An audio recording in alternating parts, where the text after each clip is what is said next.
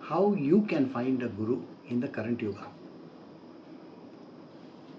Your three criterias, which I had spoken of last time, have to be in place. The first one is called the intensity of the urge as a human being to reach the state of self-realization. Second one is the absolute belief in the Holy Scriptures.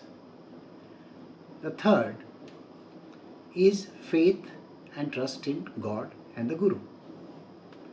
Now, when these three things are in place, then you will find that the grace of God and Guru will descend upon you and you will be able to grow in your spiritual domain. Now, how do you find your Guru? This was a question which I had left you last time with. So, I will give you an understanding of this subject. The first point was intensity. The way in which you have to feel that you need this knowledge of spiritual so that you can progress in your world of spiritual. This intensity will make you totally detached in this world, which means that whatever the form of desires that you have, let us say you have a very petty desire of earning a lot of money, or maybe owning a house or a car, those kind of desires will no longer be haunting you. You will find that this world is just a piece of junk. You are not at all interested in it. This is a state which is called the state of renunciation. You have actually started feeling that you want to give up most of these things. But the world desires that you have to be around, you have your duties to perform.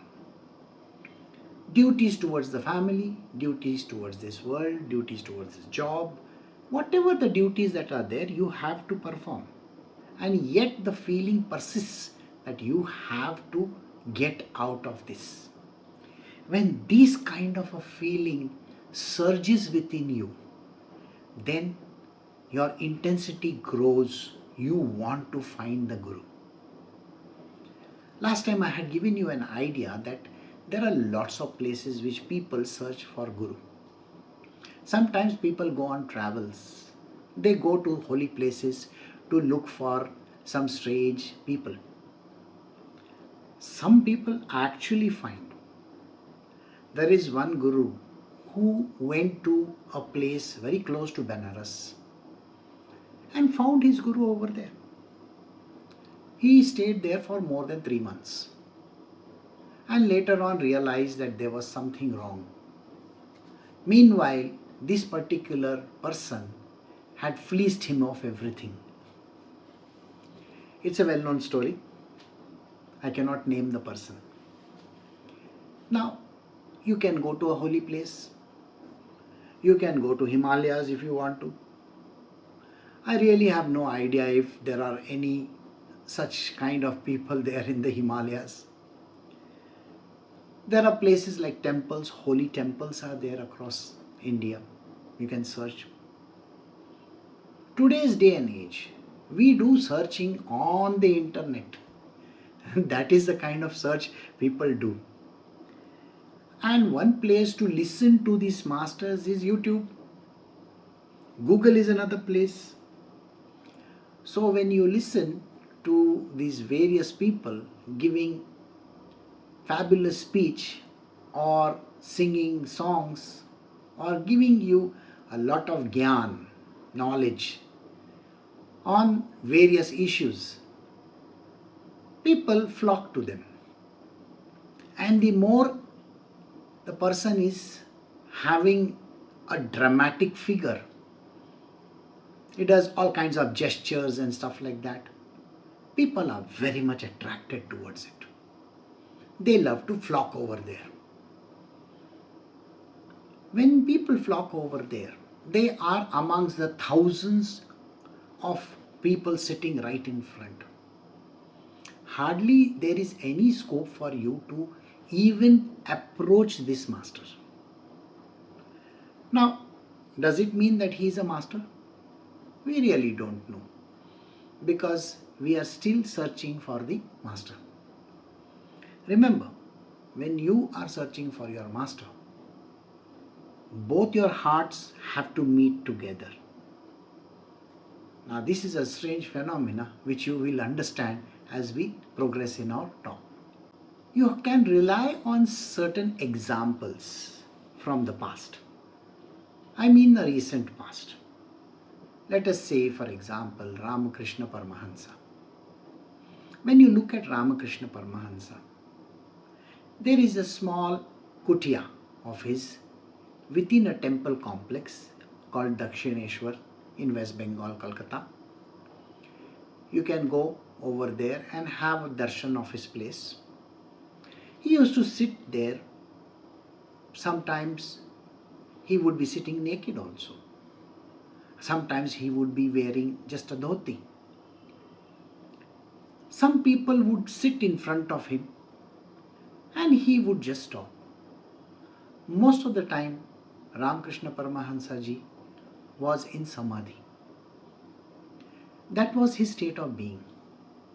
And he was very much attracted in devotion to Kali Ma. Some say he was Kali Ma incarnate. I believe in that. Now, how does a person become a disciple of Ramakrishna Paramahansa? There is no way today we can do that. But those who were there sitting in front of him in the last final leg of his journey went on to start the Ramakrishna mission after the death of Sri Ramakrishna Paramahansa. That's another story. So, you may get an enlightened master like that. We can go to another place where Ramana Maharshi. Now, in a place called Tirumalai, you will find that there is a very beautiful Shiva temple over there. He used to be there doing his meditation. I think he spent most of his time not speaking to anyone. He spoke in monosyllables. And whatever people understood from that which he spoke or didn't speak, some people thought of themselves as his disciple. They became great on their own. He was an enlightened master. So you can find an enlightened master like that. There are others as well.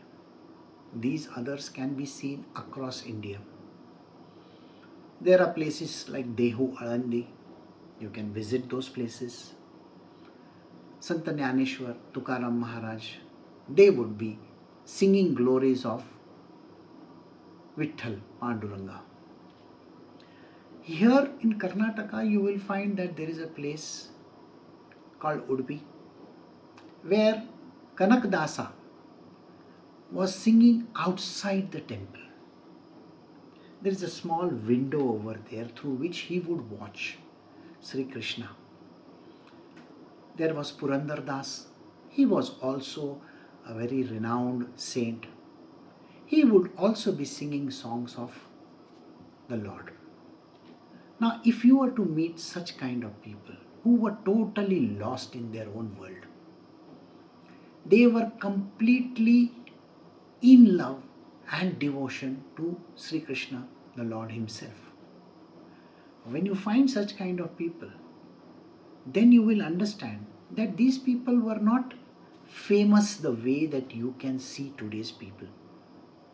The kind of adulation that they had in the past was totally different. You can take the case of Samartha Ramdas. Samartha Ramdas was the guru of Shivaji Maharaj.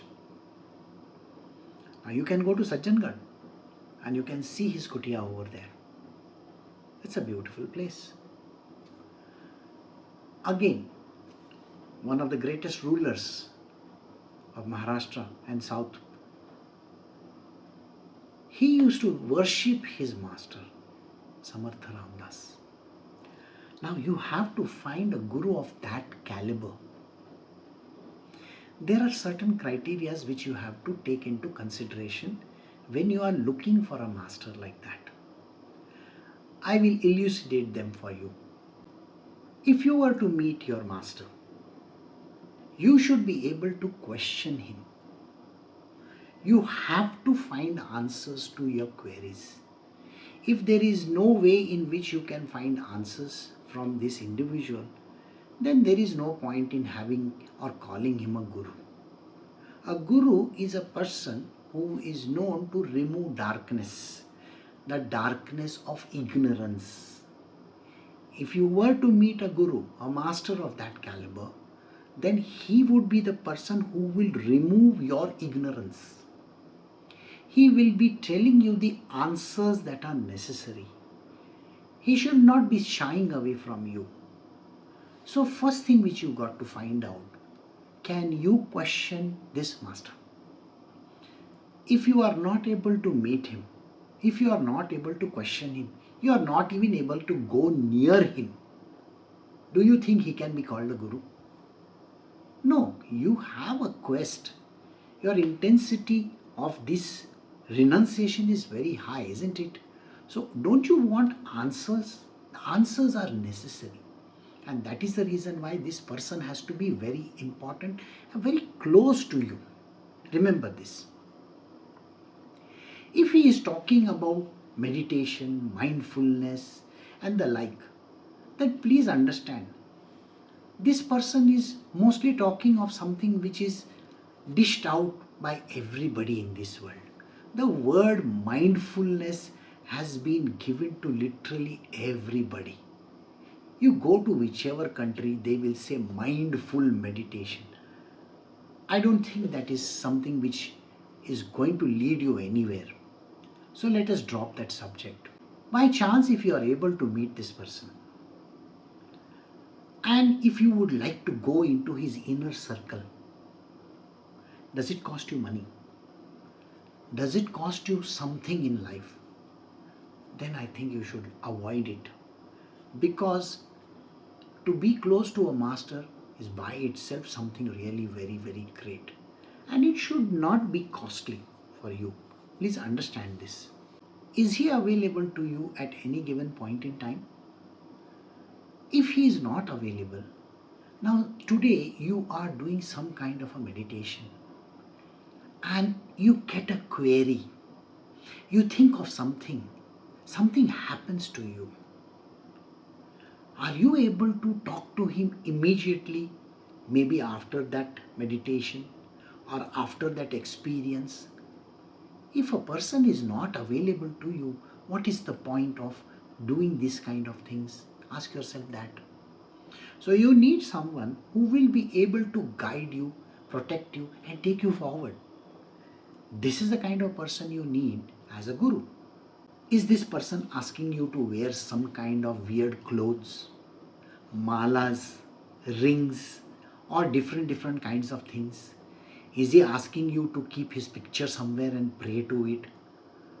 If that is a kind of a guru you are looking for, then there are too many of them around. No, your intensity is only for this one divine Lord. Remember this. God, that is it.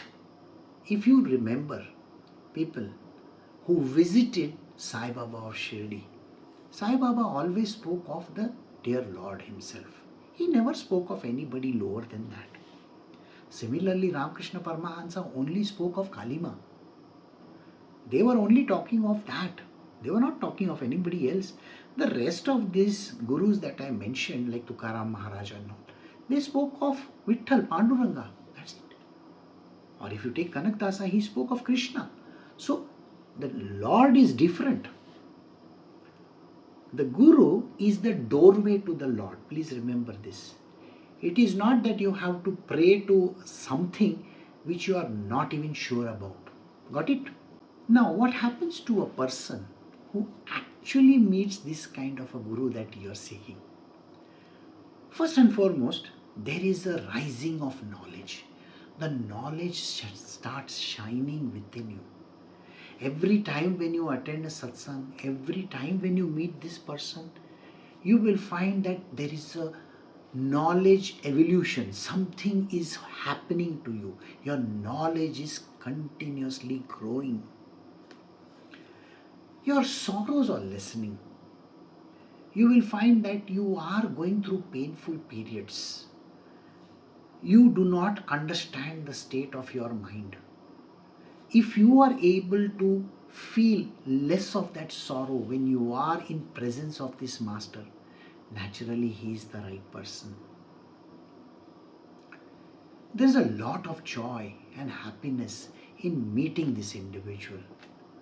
When you meet your master, you are full of blissful state.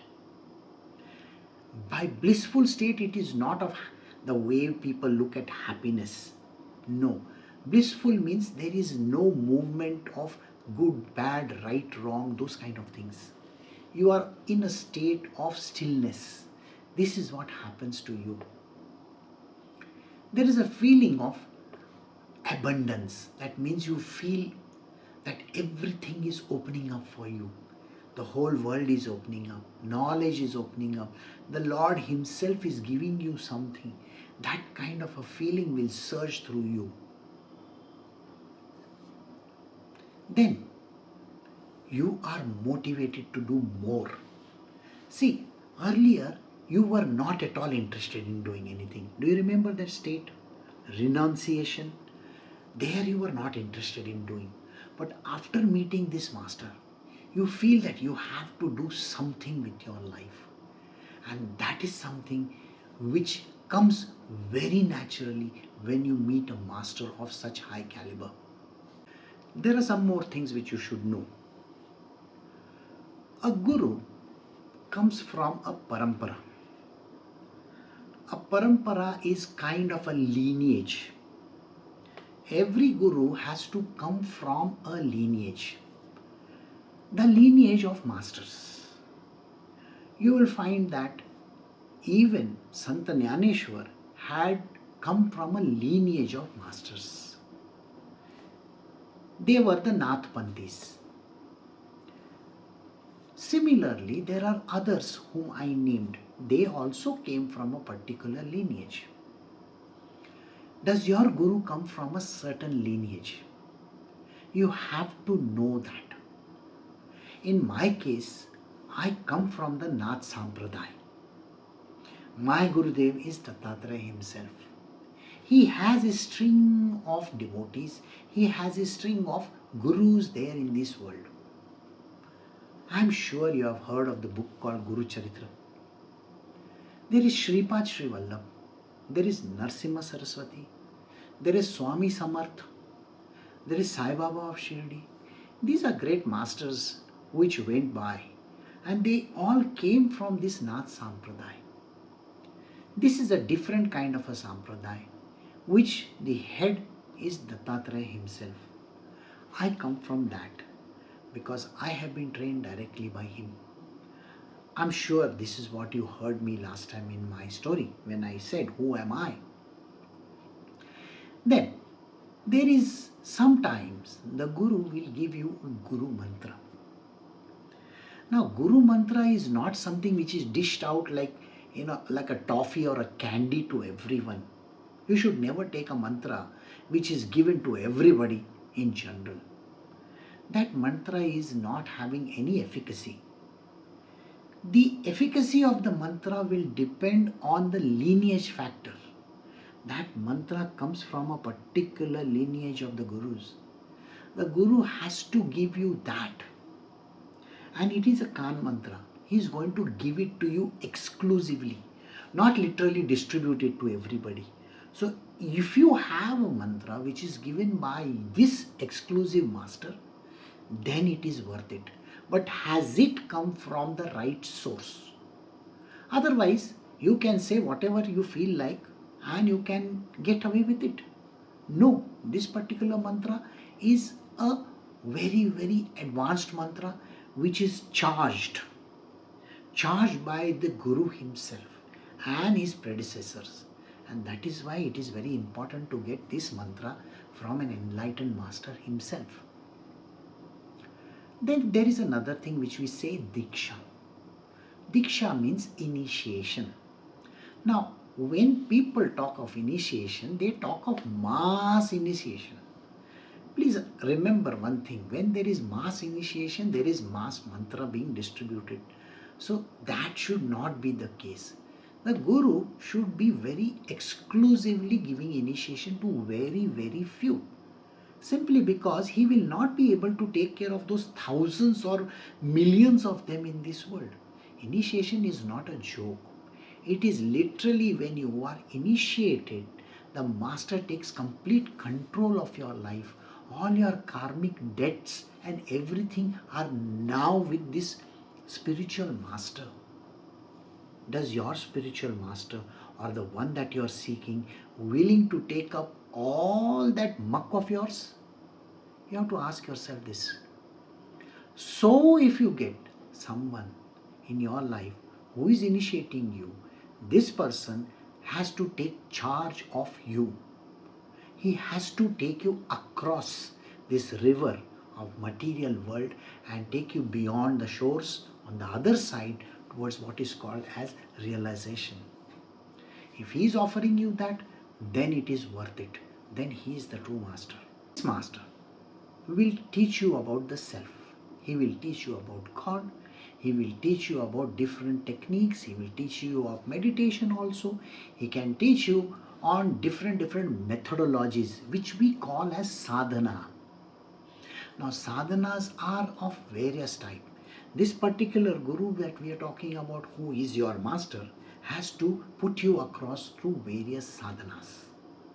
He will tell you exactly what you have to do, and you are supposed to do exactly those things, not any other. So remember this. Complete surrender to this master is a must. Alright? They say this master should be a Shrotriya, a person who has the Vedas on his lips. That means all the Vedic scriptures can be deciphered by this individual. He is the knower of Vedas.